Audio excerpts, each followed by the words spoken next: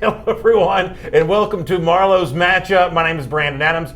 This is the great former Georgia Bulldog, John Stinchcomb. We are here tonight to get you ready for what's going to happen on Saturday as Georgia, in its home opener, will play host to the Murray State Racers. We're going to talk a lot about everything that's going to go on in that game on Saturday. Coming up later on, we'll look into, I think, what a lot of folks are really excited about, which is the renaming of the field. Dooley Field at Sanford Stadium. That's going to come to be coming up on Saturday afternoon. Excited about that. We're going to hear from AZEEZ OJULARI, DeAndre Swift as part of today's program. We'll hear from Georgia coach Kirby Smart.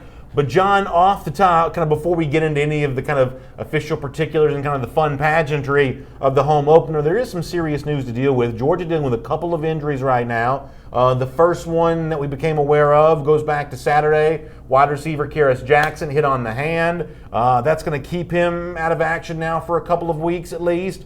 And now we find out, based on a Dog Nation report going back to Wednesday, that Isaiah Wilson also dealing with a lower leg issue, or at least a lower body issue, I guess is what Georgia's officially calling this, a lower body issue. He's likely out for a few weeks there as well. John, as a former offensive lineman, we'll start with the Wilson part of this first.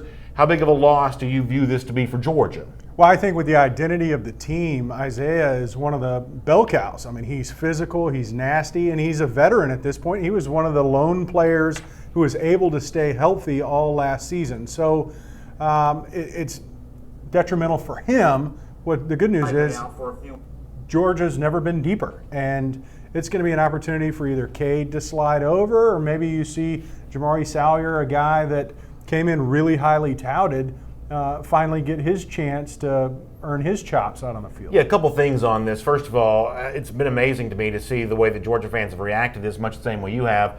The depth that Georgia has now is the kind of thing that everybody's amazed at, because when you talk about a former five-star recruit who's a redshirt sophomore, in almost any year in Georgia history, this would be obviously viewed as a debilitating loss. The fact that it's not really viewed as debilitating right now, it speaks to the overall depth that Georgia has. However, I don't want to gloss over the fact that when Wilson goes down, even if you plug in a starter who's likely just as good as he is, and Mays could perform just as well, Mays would start for virtually every team in college football. Jamari Salyer, he's been hurt, but he's also a top prospect, much the same way that Mays is. Even if you don't lose a lot from not having Wilson in the starting lineup, you pretty clearly lose some from your depth. You've subtracted a name from that. So even if the overall play on the field isn't diminished without having Isaiah Wilson, his return is still going to be important because of the fact that you want to restore that depth. You have 7 guys that you feel really good about right now, Mays and Salyer, to go along with the 5 starters that we saw in week 1.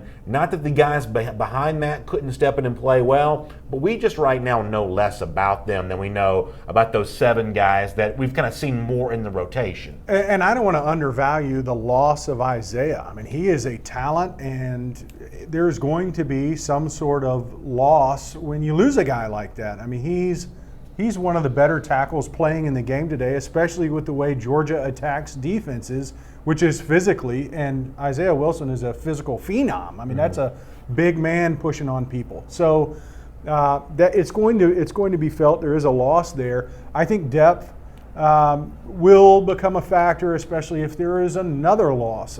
You lose one of your studs, and I think you've built a program in a way that you can kind of absorb that, but you're right. And I think that might be a good thing, especially with the season, the calendar, the way it lays out right now. Byron Dean Butler on YouTube brings up a good point and actually takes us back to something you said when you joined us on Dog Nation Daily on Monday. Byron Dean Butler says, hey, whoever's in there, the 5 offensive linemen, they've got to find a way to protect Jake Fromm, which is obviously going to be important. And it was interesting for me to hear from you on Monday, and I don't want to put words in your mouth, but in terms of one thing that you'd like to see more from this offensive line is maybe a little bit better pass protection, especially near the end of the first half when Georgia had a chance to get in a 2-minute drill but couldn't really quite get it going. Maybe you look at some pass pro stuff and say, for a vaunted offensive line, that's an area in which it could have been better Saturday night. I think Georgia's offensive line is great. You know, we should start there. I'm not trying to undermine or undervalue one of the best groups of 5 across this country. What I'm saying is the area that they could probably improve is in their pass protection. They're a physical offensive line. It's an offense based on run first and play action pass. And when we saw that, they were thriving. Now, defenses are not going to stand toe-to-toe with a veteran group relatively that's massive. They're going to move. They're going to bring pressure packages. And an area of improvement for this offensive line is in the 2-minute drill and obvious passing situations. Vandy is not the best pass rushing team Georgia's going to face. And you can expect week in and week out, defenses are going to try to get this offensive line off their game. So if there's an area where I think they can improve, it's going to be in those situations, the obvious pass situations. Travis McCullough, watching on Facebook, said this is a next man up situation with Wilson not in there. And as a former player, I mean, how much of that mindset do you have to take that obviously these are your friends, these are the guys that you eat with, you live with, you do everything with, and yet when they are not able to play, you do kind of have to put them out of sight, out of mind just a bit, don't you? You have to, and that's the nasty part of the business and the nature of the beast, so to speak. So you want Isaiah to heal and recover and feel a part, because in whatever the timetable might be, when he returns, you want him to be able to plug right back in and not feel like the scalded dog that you kicked out because he couldn't serve you for the last 4 weeks. We talk more about Wilson here, but I do want to get something quickly on KEARIS Jackson as well. And obviously much the same way wide receiver is as offensive line, where you feel like, hey, if it's Dominic Blaylock or if it's more touches for guys like Demetrius Robertson, that Georgia should be in good shape even without KEARIS Jackson. And at the same time, I find myself saying something similar about him that I said about Wilson a moment ago. I don't want to discount the work that Jackson did to get his name into the starting lineup for Saturday. Honestly, if we go back to July and August, Jackson would not have been one of the guys that I would have predicted to be a UGA starter. But he earned that, and while he was in the game, I saw some physical blocking from him. He obviously had a big catch before the fumble that resulted in the injury.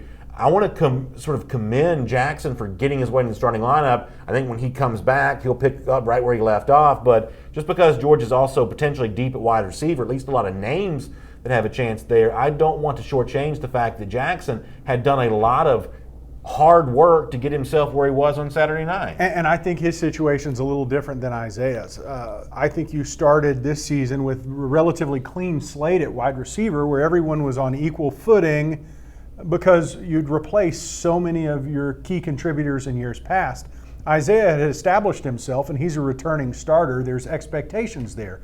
KEARIS works his tail off, emerges as one of your starters early, and then suffers this injury at really an inopportune time where he hasn't been able to establish the track record that Isaiah has. Now, someone else, I'm not sure exactly who it's going to be, could be Dominic Blaylock, or someone else in that wide receiver room is going to get those reps. And when KEARIS comes back, those guys are going to have all that time on task that he's missing right now because of his injury, and it's unfortunate because he'd earned that spot out of the gates. Coming up in just a moment, we're going to hear from Georgia linebacker AZEEZ OJULARI. Real big performance from OJULARI against Vanderbilt on Saturday night. He'll talk about how it felt to be back on the field again after suffering a pretty serious injury that kept him off the field for most of 2018. Before we get to that, let me remind you that this is former UGA All-American John Stinchcomb. My name is Brandon Adams, and you're watching the Marlow's Matchup, presented by our friends at Marlow's Tavern, as we look ahead to the upcoming game for Georgia on Saturday against Murray State. And we also have our eye on a couple of weeks from now when we make our first appearance in the Marlow's Tavern for this upcoming season. It's Thursday, September 19th. We are really excited about being at a brand new Marlow's location for the first time. We're going to pick the Marlow's and Peachtree Corners there that night for a Marlow's Matchup live on location. It starts at 6 p.m. Let me give you the address. It's 5210 Town Center Boulevard,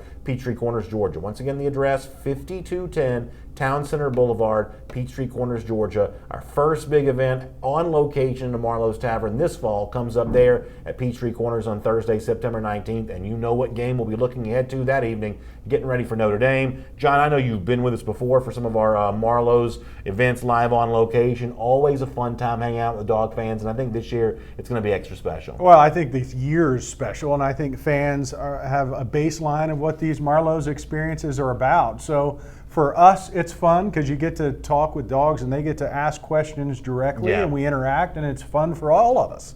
And you eat good food. That's exactly right. It's a good time. It's a pretty good combination. We're going to hear later on from Georgia running back DeAndre Swift. We'll still hear from the legendary former coach and athletic director Vince Dooley before we're done. Kirby Smart will be a part of today's program too. But before that, as I said before, 6 tackles and a sack, really wreaking havoc in the backfield. Georgia's attempt to increase its havoc plays A lot of that will be led by linebacker AZEEZ OJULARI, who certainly looked the part in that role on Saturday night against Vanderbilt. Here's part of the Marlow's matchup. Let's hear from OJULARI right now. Being injured and not playing most of last season, you finally get in there and you get yourself a sack tonight. For you personally, how did that feel, and kind of the path that you've traveled to get here? What was the feeling for that personally? Man, it was great. It was phenomenal. I mean, fans crunked, everyone crunked. It was just exciting. I just know the hard work has paid off, and I'm not done yet. So the effort to go out and get that sack today, and I saw you on a couple other pass rushes as well. Is this more about something that the coaching staff was dialing up, or was this just about you guys going out there and trying to win those one-on-one battles?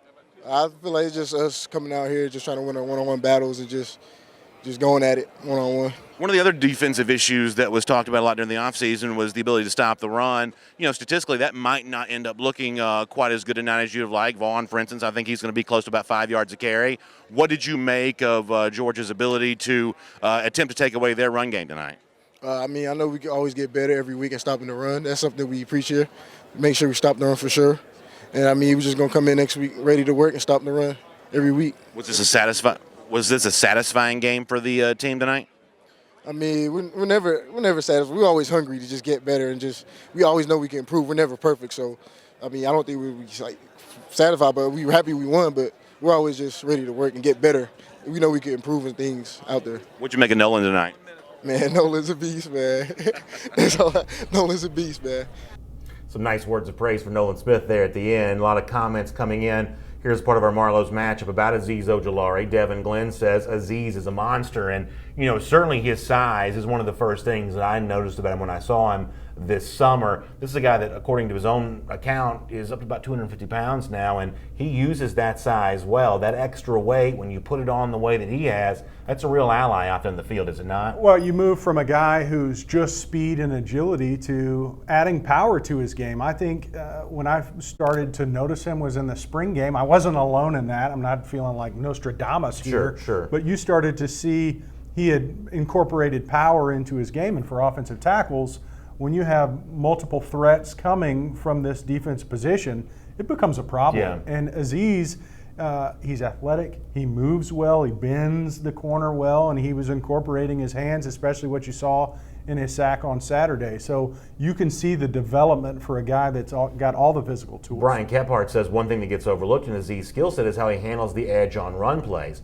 He kept Keyshawn at bay. That's the Keyshawn Vaughn, the running back for Vanderbilt, kept him at bay inside, which was huge. And when you're battling these big offensive tackles in the SEC, you really need that extra size to be able to do that. If you do want to set that edge when it comes to the rush defense and be the kind of guy that Georgia doesn't feel like they have to take off the field, because so much of this kind of stuff is, cycling guys in and out depending on the down and distance. When you're a guy that has the speed to rush the passer, the size to affect the run game, all of a sudden you're a guy that doesn't come off the field very much. That's right. And I think all guys are shooting for that. There are some that want to be the specialist of, I'm just the pass rush guy, but if you can play against the run, that's more opportunities for you. Not everybody is going to run it on first down, run it on second down, and throw it on third.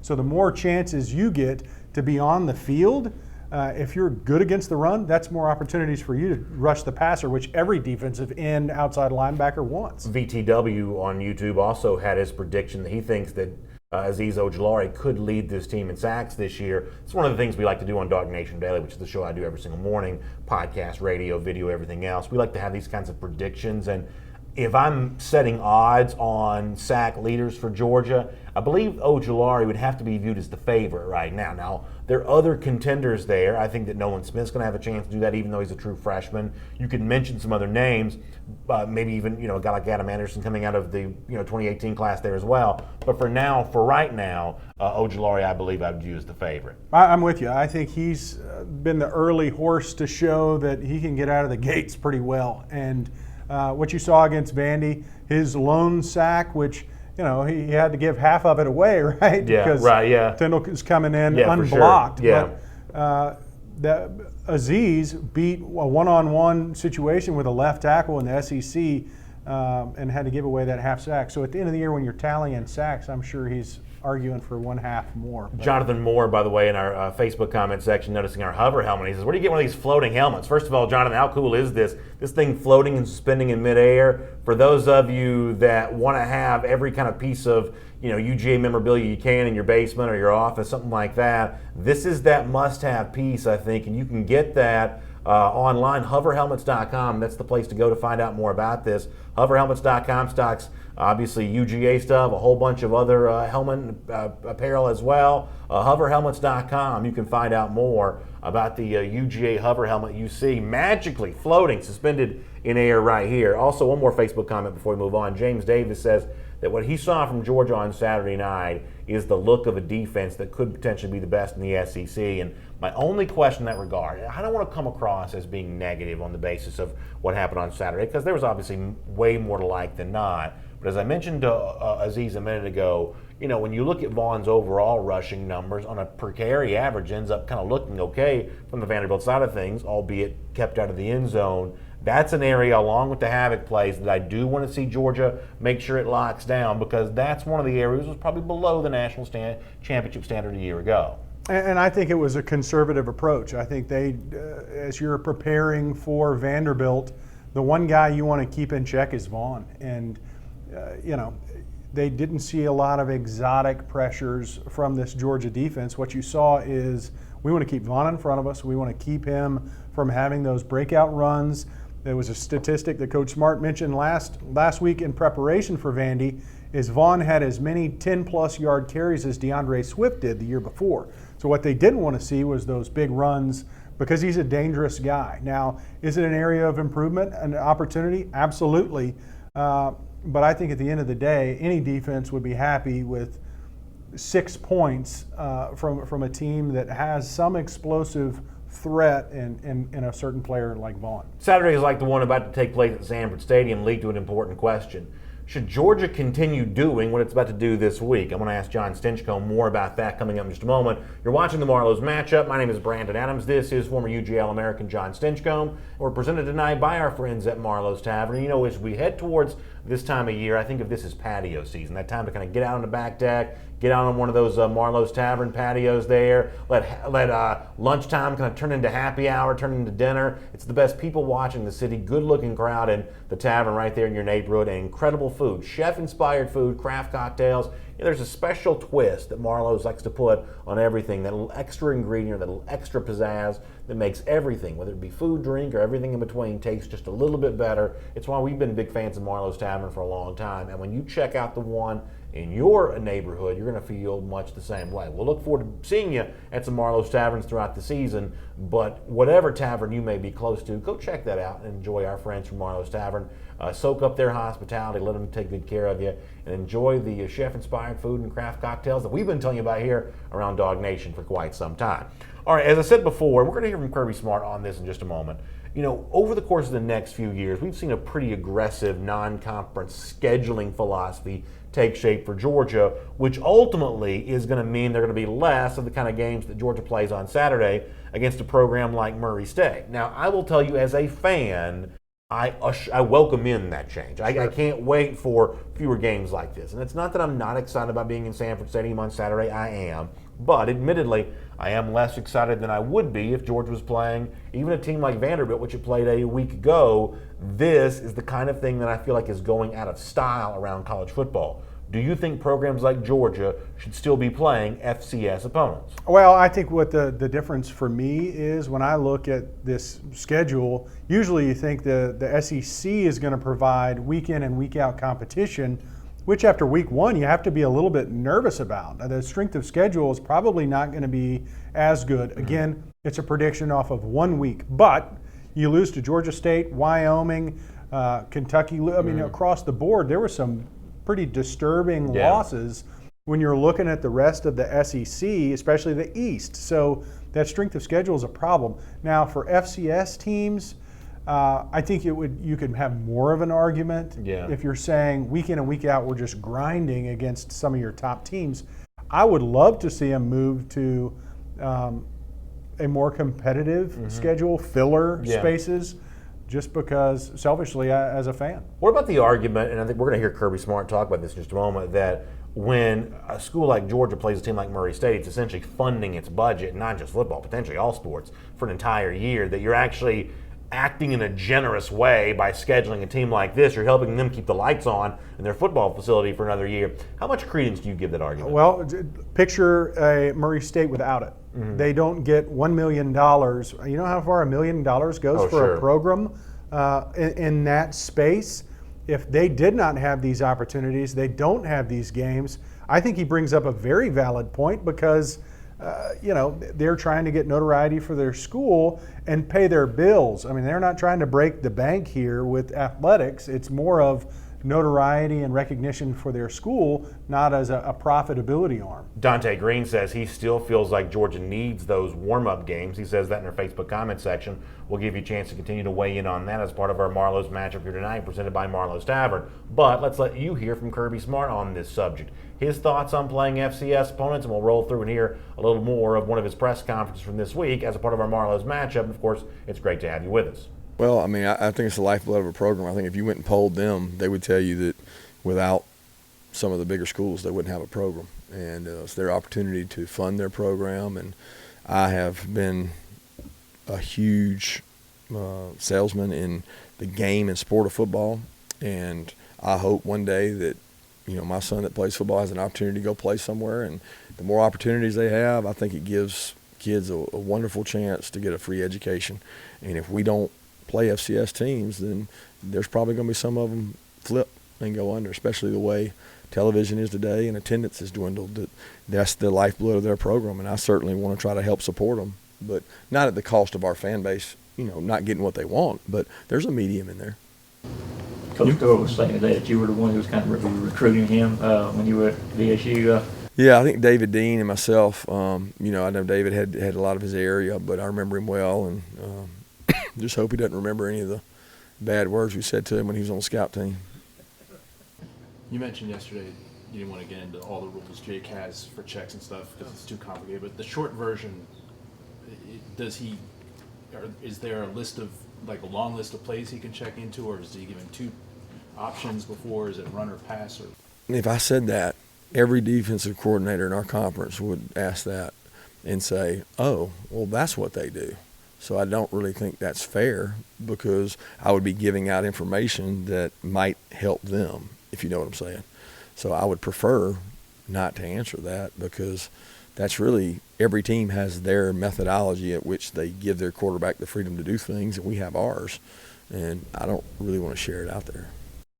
Obviously, Kirby Smart does want to get into the strategic stuff going on with Jake Fromm there at the end, but it does dovetail pretty nicely into some of the other things that he said this week about what he sees Jake Fromm doing during games. And we had your buddy, Dog Nation's friend as well, former Georgia quarterback David Green, on Dog Nation Daily today, and he was talking kind of some more about, as a former quarterback, what he sees Fromm doing in these games. You're also a student in the game as well, even though you're an offensive lineman instead of a quarterback. What do you see from Fromm there? And for Georgia fans who, and admittedly I can be one of these guys from time to time, that only want to fixate on the stats, either the great stats or the less than stellar stats, what about the game within the game? What do you see from Jake? I see a progression. As you see younger players, you start off with playing checkers. We're going to make moves, we're going to progress, and then throughout their career, they earn the opportunity to play chess. And you think on the field at a much higher level, and you're tasked with more responsibilities. And I think that's what you're seeing from him is with freedom. Most players want freedom. Comes a heck of a lot of responsibility. Mm-hmm. And that staff is trusting him with more options at the line of scrimmage. If you see these things happening, get us in the right situation. Yeah. We expect you to be able to discern all the information that you've received by formation, by motion, by study throughout the week, and what we know about this defense, that you're going to put us in a position to win. Now, it's not just carte blanche, you choose whatever you want.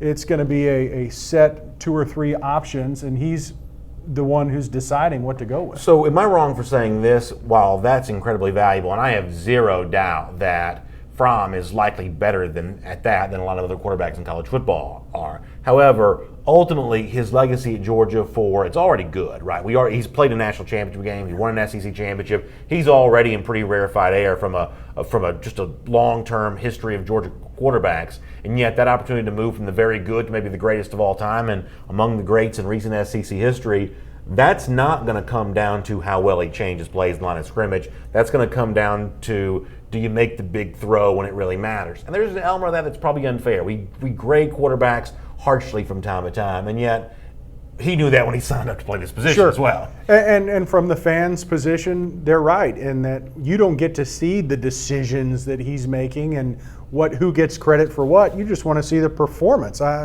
We've had those coaches. Coach Vitt always told us, don't tell me about the labor, show me the baby. Yeah, you know? Right. That's well, a great way to say it. It's the same thing for a player, especially the quarterback position. We want you. I'm glad you're managing things well. I'm glad you've put us in positions to be successful. But at the end of the day, we want production. We want the big plays. We want to see our wide receivers making catches, and you hand it to running backs that are taking it to the house. Robert Barnes says it's none of our business how Fromm does his job. It's just nice to know that he calls plays too. He's at least taking a package of plays to the line of scrimmage with him and making a decision after that. We're going to hear from another one of Georgia's offensive stars in a moment as a part of our Marlow's matchup. We'll talk to Georgia running back DeAndre Swift. Before that, can I show you this on the screen? And hopefully I'm okay to share this. I thought this was a really nice message. It was certainly, I was thrilled to get it, and I wanted to make sure we share it here. This came into our Facebook page today. BA, my family and I are in Atlanta because we're on vacation, and also because we're evacuated. We live in, he says, I dare you to try to pronounce this. What do you think? Ludowici? Sure. I could go with that. He says, I hear you talk about Marlow's Tavern all the time, so I told my wife we got to try it, and he says it was fantastic.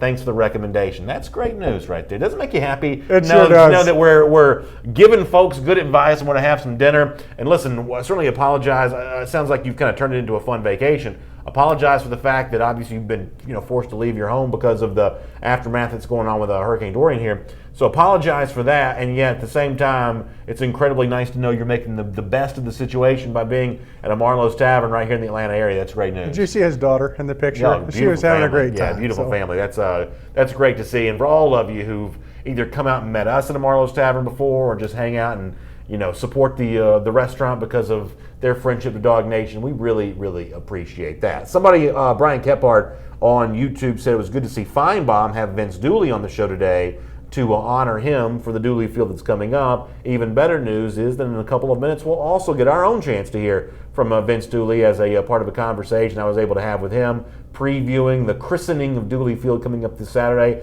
But before that, big performance on Saturday from Georgia running back DeAndre Swift as a part of Marlow's matchup. Let's hear from him as well. So your team goes out there, earns a win today. You have a big statistical performance. From your perspective, what did you see from the Dogs today? We came out great, just like how we wanted to come out, but not too proud of how we finished in the second half. I mean, we left a lot of points out there, but defense held us strong. So we got a lot of work to do on offense, but you can't forget what it felt like to win, so I'm happy. What would you say the difference was in the lack of efficiency in the second half that we saw in the first? What was the difference? I can't really put our finger on it. I don't know if it's being too conservative. I'm not sure. We just need to get back to work and make sure that don't happen again. How nice was it for you to see other running backs get involved? Harrion and Cook both get a rushing touchdown. Zamira's out there. How special is that for you? I'm happy to see everybody win. I mean, I'm happy to see everybody eat. Zamir did a great job today. It's good for his confidence to get back in the game. Broke a couple long runs, so we all want to see each other eat. So.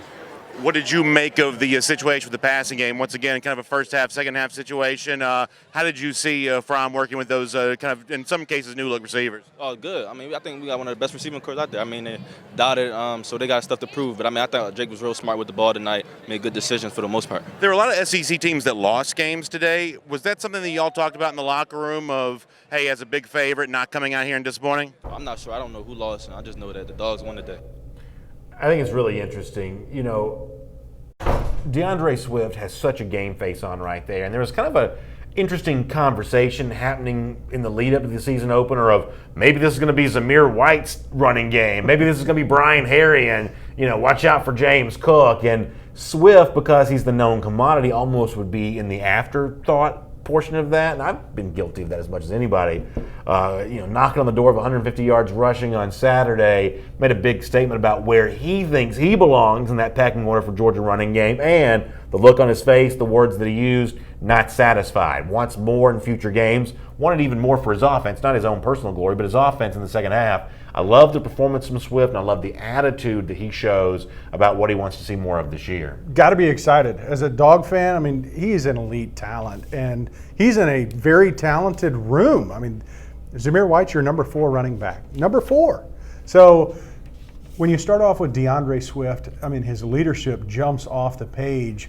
Look at that interview. He's talking about we should do more in the second half. He's aimed at the things that most great players look at. What can we do better? And I think that's what makes them special. That's what makes him an elite talent, is he's always looking for more. He's willing to share. He wants, quote, everybody to eat. Well, yeah. That's great. But when you're eating 150 yards at the clip that he was, it sets the bar for everybody. If you're going to take reps away from, carries away from DeAndre Swift, you got to bring something to the table, and that sets the bar pretty high.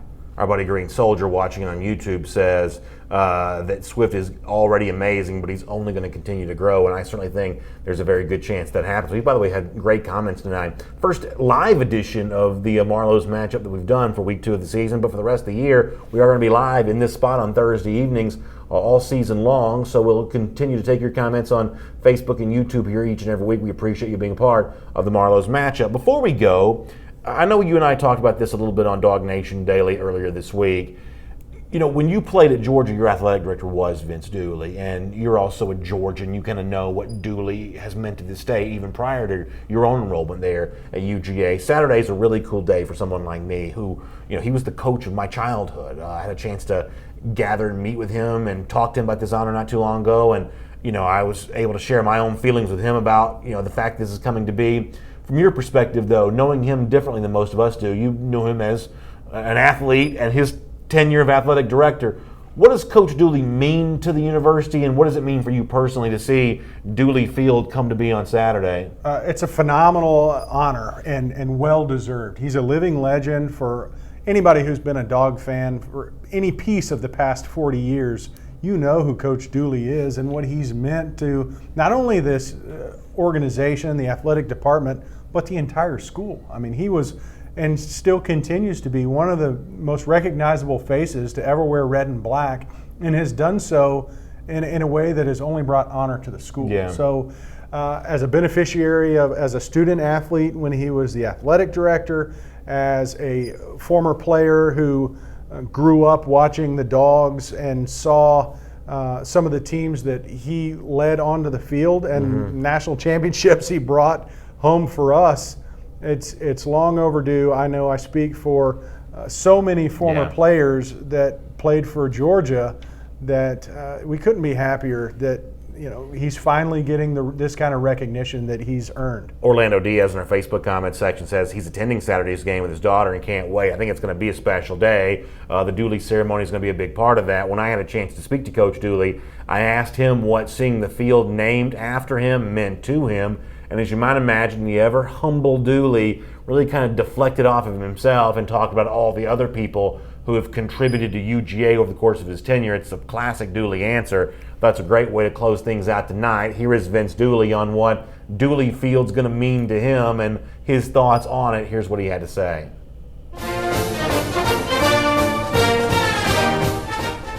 It's really a unanimous response on the part of Georgia fans about their excitement about seeing not just you personally, but your era. 40 years in totality, athletic director and head coach for 25 years. So much excitement about seeing the field at Sanford Stadium named in your honor.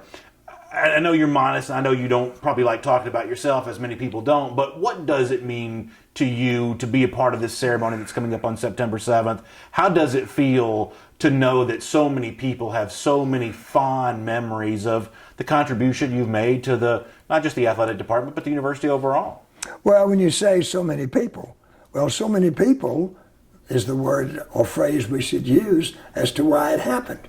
It happened because so many great football players. It happened because of so many great fans. It happened because of all of the people that performed, the coaches, the staff people, the trainers, managers. They have all share in this honor and my family.